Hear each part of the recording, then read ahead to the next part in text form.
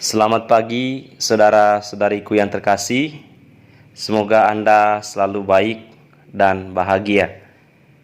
Pada hari ini dan juga beberapa hari-hari ke depan, kita akan merenungkan beberapa kisah mengenai perempuan-perempuan dalam Injil.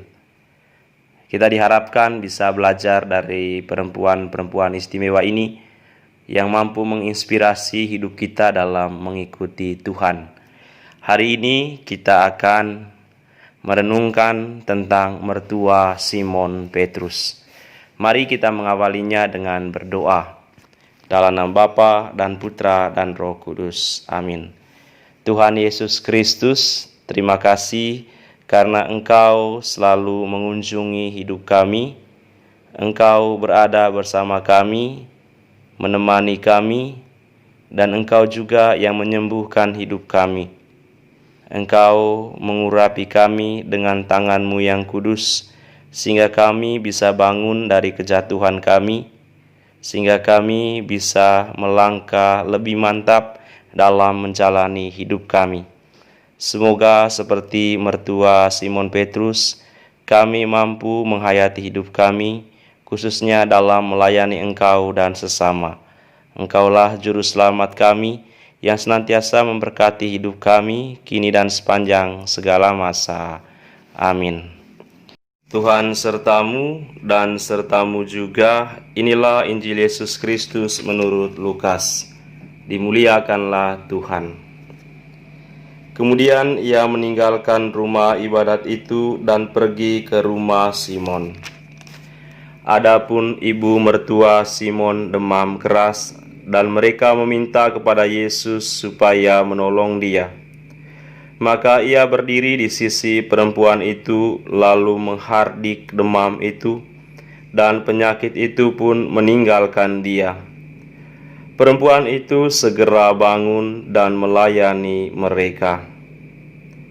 Demikianlah Injil Tuhan. Terpujilah Kristus. Mertua Simon adalah seorang janda. Dia hanya memiliki seorang anak perempuan. Dia tidak memiliki anak laki-laki. Dalam budaya Yahudi, tidak memiliki anak laki-laki adalah aib. Inilah beban hidup yang dihadapi mertua Simon yang tidak memiliki anak laki-laki. Beban hidup selanjutnya adalah dia seorang janda yang ditinggal mati suaminya. Seorang janda dan tidak memiliki anak laki-laki membuat hidupnya diremehkan oleh masyarakat. Apalagi sejak anak perempuannya menikah dengan Simon Petrus, hidupnya semakin terasa sepi karena harus hidup sendirian di rumah. Hidupnya terasa berat. Suatu hari Simon Petrus dan istrinya memutuskan untuk pindah dari rumah orang tuanya dan tinggal di rumah mertuanya itu. Mertuanya sangat senang karena anak dan menantunya mau tinggal bersamanya. Kehadiran mereka membuat hidupnya tidak lagi sepi. Namun bebannya semakin bertambah ketika Petrus meninggalkan pekerjaannya sebagai nelayan dan lebih memilih mengikuti Yesus dari Nazaret. Dia makin cemas dan gelisah karena Petrus mengikuti Yesus.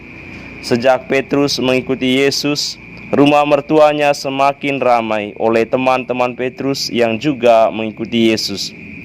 Mertua Simon Petrus harus menyiapkan makanan dan minuman untuk tamu-tamunya itu. Dia tentu kesal dengan berbagai pertanyaan yang berkecamuk dalam dirinya. Mengapa Simon Petrus harus mengikuti Yesus? Mengapa Simon Petrus membawa teman-temannya ke rumah yang tentu menambah beban ekonomi mereka? Mengapa Simon Petrus meninggalkan pekerjaannya demi Yesus? Suatu hari mertua Simon Petrus jatuh sakit, demam tinggi. Dia hanya terbaring di ranjang.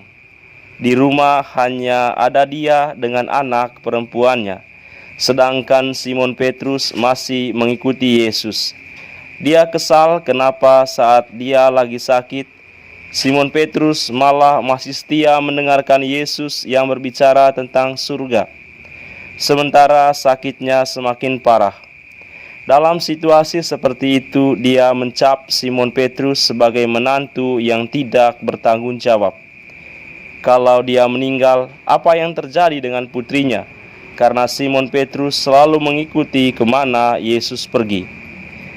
Ketika mengetahui mertuanya sakit, Simon Petrus memberitahu Yesus.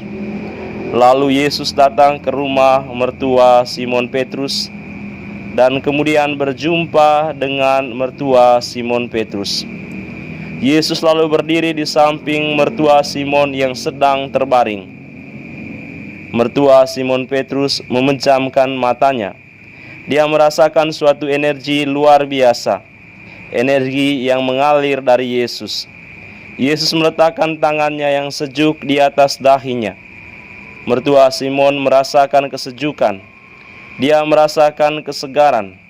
Pikirannya menjadi tenang. Bukan hanya demamnya yang hilang, tetapi juga beban-beban hidupnya. Hidupnya menjadi enteng sejak mengalami perjumpaan personal dengan Yesus.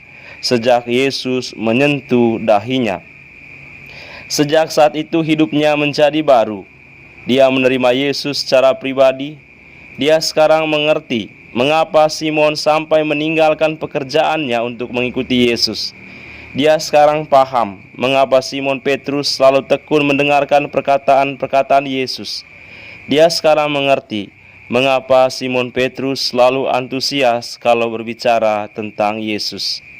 Dan dia mulai menerima dengan tulus hati kalau Simon Petrus menjadi murid Yesus.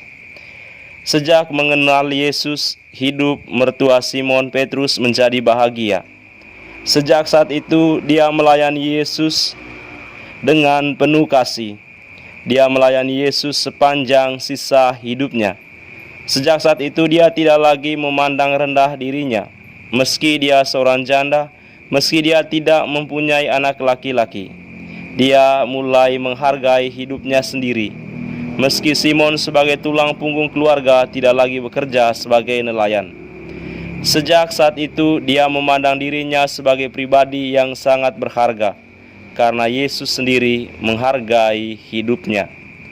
Saudara-saudariku yang terkasih, kadang kita tidak maksimal dalam berjumpa dengan Yesus karena kita memandang diri kita secara negatif. Kadang kita seperti mertua Simon Petrus yang terlalu fokus pada diri kita dengan segala beban hidup kita. Padahal yang paling utama adalah berjumpa secara personal dengan Tuhan Yesus. Berjumpa secara pribadi dengan Tuhan Yesus. Dan setelah mengalami perjumpaan dengan Tuhan Yesus, Tuhan akan mengubah hidup kita menjadi lebih baik. Setelah kita berjumpa dengan Yesus secara personal, jadikan diri kita sebagai pelayan kasih, seperti mertua Petrus yang melayani Yesus dan murid-muridnya. Percayalah saudaraku, kalau kita membiarkan Yesus menyentuh diri kita, mengurapi kita, maka beban-beban hidup kita akan hilang. Maka hidup kita akan menjadi bahagia, karena kita berjumpa dengan Dia yang adalah Tuhan dan Juru Selamat kita. Mari kita menerima berkat Tuhan. Tuhan sertamu dan sertamu juga. Anda sekalian, keluarga dan komunitas, usaha-usaha dan niat-niat baik kita, terutama segala persoalan kita dibebaskan oleh Tuhan. Dan Dia menurunkan berkat yang melimpah kepada kita semua, Bapa dan Putra dan Roh Kudus. Amin. Selamat berkarya, sukses untuk Anda, sehat selalu.